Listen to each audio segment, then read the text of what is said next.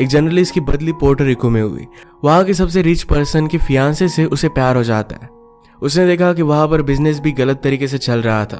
क्या उस जगह के साथ अपने प्यार को भी वो बचा पाएगा? ये हम आज की हमारी मूवी द रम डायरीज ये 2011 की एक रोमांटिक कॉमेडी हॉलीवुड मूवी में देखेंगे।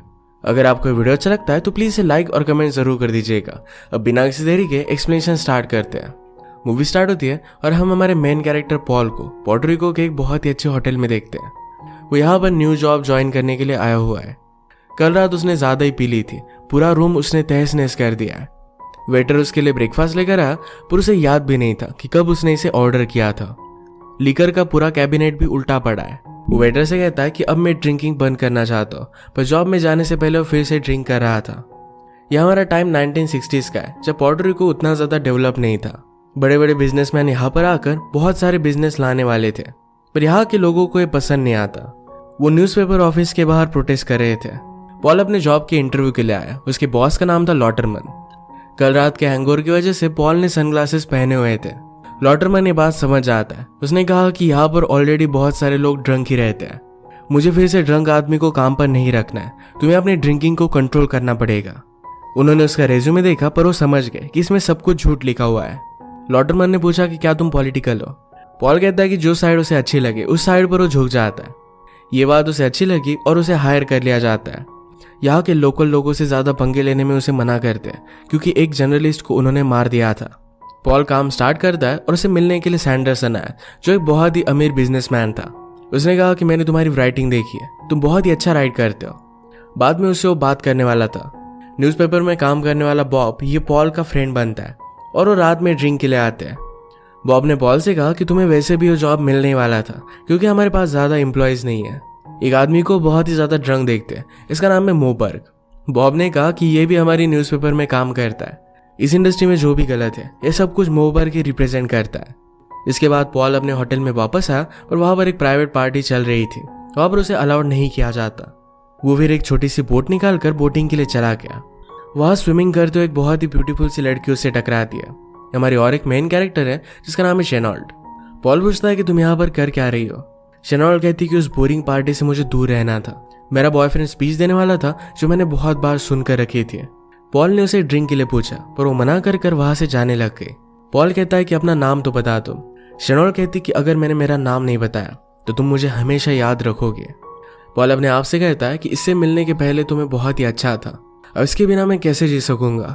पॉल को इस टाउन में एक बोरिंग सी इंटरव्यू लेने के लिए भेजा जाता है। उसने एक आर्टिकल लिखा जिसका टाइटल था कि पोर्टो रिको में मुझे क्या क्या अच्छा नहीं लगता। लॉटरमैन ने कहा कि इस टाइप के आर्टिकल तुम नहीं लिख सकते। हम यहाँ पर लोगों को एक ड्रीम बेच रहे हैं। तुम्हें यहाँ की सब कुछ अच्छी अच्छी चीजें ही लिखनी पड़ेगी। लॉटरमैन ने पॉल को होटल का रूम बुक कर दिया था। उसने होटल का बिल देखा तो उसमें 161 बॉटल्स ये एक वीक में पॉल ने पी डाली थी। उसे कहता है कि अब तुम रहने का खुद देख लो। मोबर ड्रंक होकर लॉटरमैन से पैसे मांगने लग गया और इस वजह से वो डिस्टर्ब हो जाता है। उसने पॉल को ऑफिस में बुलाया और कहा कि तुम्हें इस न्यूज़पेपर को अच्छी तरीके से स्टडी करना पड़ेगा। तुम्हें मैं जल्दी जल्दी प्रमोट कर दूंगा ताकि तुम इसे संभाल पाओ। उसका तुरंत प्रमोशन कर देता है। उसने कहा कि मेयर एयरपोर्ट पर आ रहा है, उनकी इंटरव्यू लेकर आओ। पॉल ने बहुत वेट किया पर फ्लाइट डिले हो रही थी। यहाँ पर सैंडरसन उससे मिला। उसने कहा कि मेयर आज नहीं आने वाले, तुम्हें मेरे साथ मेरे घर आना चाहिए। उसने कहा कि इस जगह पर बहुत सारे पैसे बन सकते हैं और वो रियल एस्टेट से, क्योंकि वो बहुत ही ज्यादा कम है। वो घर आकर पॉल को शेनॉल्ड से इंट्रोड्यूस करवाता है पर ये ऑलरेडी एक दूसरे को जानते थे। इस बात का शक सैंडरसन को चला गया। बीच के कोने से कुछ लोकल लोग इन्हें देख रहे थे। ये सैंडरसन को अच्छा नहीं लगता क्योंकि पूरा बीच उसने बाय कर लिया है। सैंडरसन कहता है कि तुम बहुत ही अच्छे से राइट करते हो, मुझे भी एक राइटर की जरूरत है। यहाँ पर बहुत सारे पैसे बन सकते हैं और हम दोनों मिलकर बहुत आगे जा सकते हैं। इसके बारे में नेक्स्ट मीटिंग में और बात वो करने वाले हैं। पॉल को रहने के लिए घर चाहिए था तो बॉब के साथ वो शिफ्ट हो जाता है। ये घर बहुत ही अजीबोगरीब था। अगर इन्हें टीवी देखना है तो नेबर की विंडो जब खुलती है तब दूरबीन से टीवी देखते हैं। अलग अलग चीजें पड़ी हुई थी और घर में मुर्गियां भी थी। पॉल पूछता है कि तुम इसे करते क्या हो? बॉब कहता है कि इनके हम फाइट लगाते हैं और इसे फाइट दिखाने के लिए वो पॉल को लेकर गया। फाइट में बॉब का मुर्गा जीत जाता है और उन्हें कुछ प्रॉफिट हो गया, पर अगला जो मुर्गा आया वो बहुत ही ज्यादा फाइटर था तो इस वजह से चले जाते हैं। इनके साथ घर पर मोबर भी रहता था पर ये सिर्फ हफ्ते में एक ही बार घर पर आता था जब उसकी दारू खत्म हो जाती थी। अपनी दारू खुद बनाने के लिए उसने फिल्टर इंस्टॉल किया है और वो बहुत ही अच्छी प्योरिटी की दारू बनाता है। पॉल को इस पर बिलीव नहीं होता। मोबर ने अपनी दारू मुंह में ली और इससे आग बनाकर दिखाता है। रात में पॉल लॉटरमैन से मिलने के लिए आया। सैंडरसन जो भी सब कर रहा था इस सब के बारे में वो आर्टिकल लिखना चाहता है। लॉटरमैन ने कहा कि तुम ये सब नहीं कर सकते, न्यूज़पेपर एडवर्टाइजिंग की वजह से चलते, और अगर हम बिजनेसमैन के खिलाफ लिखने लग गए तो हमारा न्यूज़पेपर बंद पड़ जाएगा। पॉल के पास पोटेंशियल तो था पर यहाँ पर वो वेस्ट हो रहा है। अगले दिन फिर वो सैंडरसन के घर पर आ जाता है। शेनॉल्ट और सैंडरसन कहीं पर दिख नहीं रहे थे। उसने दूरबीन से देखा तो बोट के पास वो दोनों इंटीमेट हो रहे थे। वापस आने के बाद सैंडरसन कहता है कि आज रात एक बहुत ही इंपॉर्टेंट मीटिंग है, पार्टी के बाद हम सब कुछ डिस्कस करेंगे। इन्हें बात करते हुए कुछ लोकल लोग देख रहे थे तो इस बात से सैंडरसन गुस्सा हो जाता है, उनकी इंसल्ट कर वहां से भगा देता है। पार्टी में शेनॉल्ट पॉल के पास आकर बैठी। उसने कहा कि तुमने जो मेरे लिए रोजेस लाए थे वो बहुत ही ब्यूटीफुल थे। पॉल कहता है कि मुझे नहीं लगा था कि तुम उसे नोटिस करोगी। शेनॉल्ट कहती कि ऑफ कोर्स मैं उसे नोटिस करूंगी, उसे लाइक करती थी। सब बिजनेसमैन बैठकर पॉल के साथ बात करते हैं। सैंडरसन ने कहा कि जो भी हम बिजनेस अब डेवलप करने वाले, यहाँ पर कुछ होटल्स आएंगे और भी कुछ हम डेवलप करेंगे, इस सब में पब्लिक हमें हमारे हाथ में चाहिए। इसके लिए हमारे पास एक आइडिया है, तुम एक आर्टिकल लिखोगे जिसमें हम बताएंगे कि 10% टैक्सेस हम बढ़ाने वाले हैं। लोग फिर प्रोटेस्ट करेंगे और लोगों से बात कर हम 5% फाइनल करेंगे, पर हमें सिर्फ 5% टैक्स बढ़ाने थे। इसमें लोगों को लगेगा कि हम बहुत ही अच्छे हैं और हमारा बिजनेस बहुत ही अच्छे से चलेगा। पॉल कहता है कि यह सब तो करना बहुत ही गलत है। उन्होंने उसे समझाया कि यहाँ पर सही गलत कुछ भी नहीं है, इसमें सबका बहुत फायदा होगा। पॉल को लेने के लिए बॉब आ गया। शेनॉल्ट पॉल को कहती है कि रात में जरा रुक जा, मिडनाइट में आकर उससे मिलने वाली थी। पॉल के पास कार नहीं है तो उसके साथ उसे जाना पड़ता है। वो दोनों बहुत ही ज्यादा ड्रंक थे और वही के वही 1-1.5 घंटा घूमते रहे थे। घर जाने का रास्ता उन्हें नहीं मिलता। उन्होंने कैफे का बोर्ड देखा तो बॉब कहता है कि यहीं पर जाकर हम खाना खा लेंगे। वहां पर उन्हें पता चला कि खाने के लिए कुछ भी नहीं है। बॉब वेट्रेस से कहता है कि आपने कहा था कि मिडनाइट तक खाना यहाँ पर मिलेगा, तो कहीं से भी आप मुझे खाना ला कर दीजिए। वो बहुत ही डिसरिस्पेक्टफुल था। वहां कॉर्नर आकर उसे बात करता है, उसे समझाने की कोशिश करता है, पर बॉब ने उसे भी गालियां दी। ओनर ने फिर ये सब बात कुछ लोकल लोगों को बताई। पॉल ने नोटिस किया कि वही लोग हैं जिसको सैंडरसन ने आज इंसल्ट किया था और वो लोग पॉल को जानते हैं। अब वो बदला लेने के लिए उन्हें मारने के लिए आ रहे थे। तभी जल्दी से अपने गाड़ी में बैठते और आगे चले गए। थोड़ी देर में कुछ गाड़ियां उनका पीछा करने लग गई। उन लोगों के पास चाकू, तलवारें, सब कुछ था। उन्हें मार डालने वाले थे। इन्होंने भागने की बहुत कोशिश की पर उन लोगों ने उन्हें घेर लिया था। पॉल मोबक की दारू लेता है और उसे आग बनाता है, पर ये आग पुलिस को लग गई क्योंकि इनके शोर की वजह से पुलिस भी वहां पर पहुंच गए थे। सब लोगों को अरेस्ट कर लिया जाता है। यहाँ के रोल बहुत ही अलग थे। रात में भी कोर्ट चल रहा था। इनके चार्जेस को देखकर इन्हें 3-4 साल तक जेल होने वाली थी, पर इन्हें बचाने के लिए सैंडरसन पहुंच जाता है। उसने डायरेक्टली जज से बात की। उसके पास एक बहुत ही अच्छा लॉयर था और उन लोगों को जेल से बाहर निकाल लेता है। पॉल ने कहा कि इसके लिए मैं हमेशा ग्रेटफुल रहूंगा। सैंडरसन कहता है कि कल हमारी मीटिंग है, यहाँ पर आ जाना।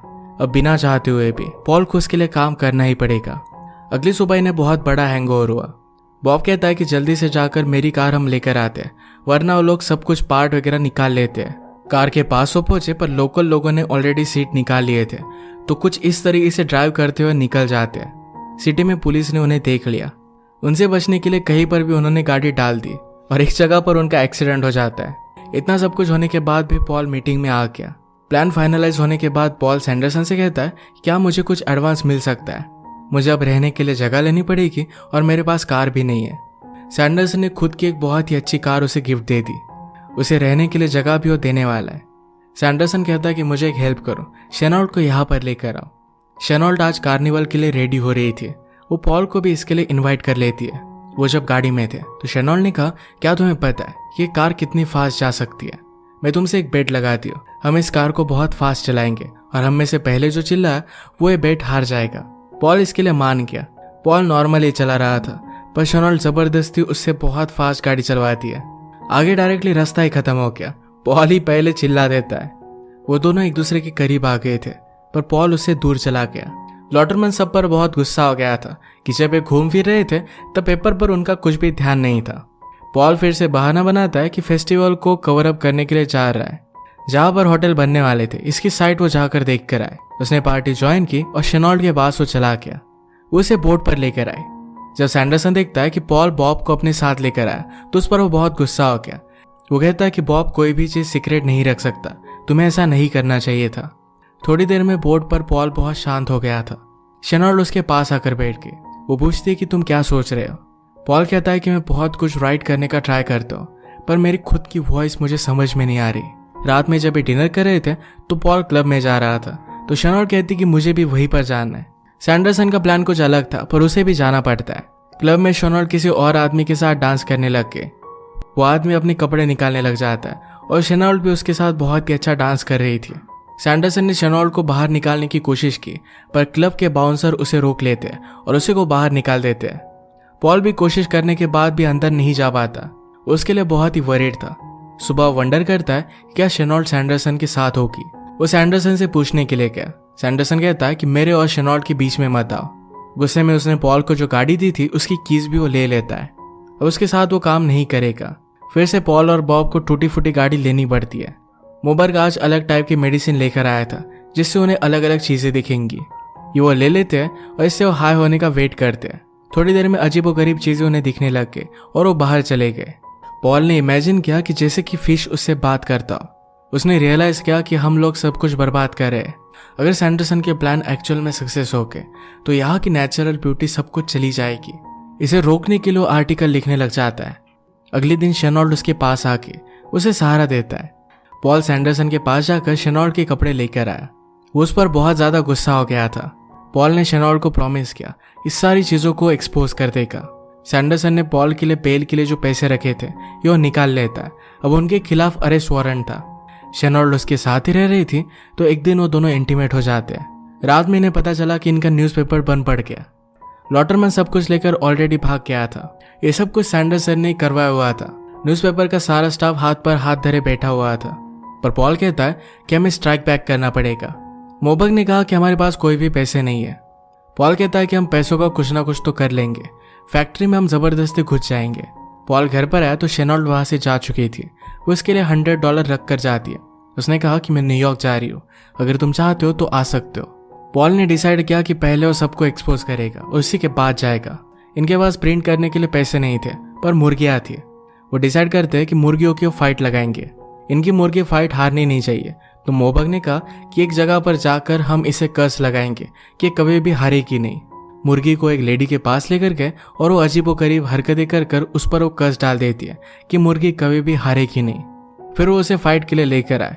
सचमुच में मुर्गी कोई भी फाइट हार नहीं रही थी। इन्हें $1800 की जरूरत थी, पर अब उनके पास $6000 थे। वो फैक्ट्री में आए पर वहां पर कोई भी नहीं था। मोबर्ग कहता है कि ऑलरेडी पुलिस हमारा सब कुछ सामान लेकर गए, अब वो प्रिंट करने के लिए कुछ भी कर नहीं सकते थे।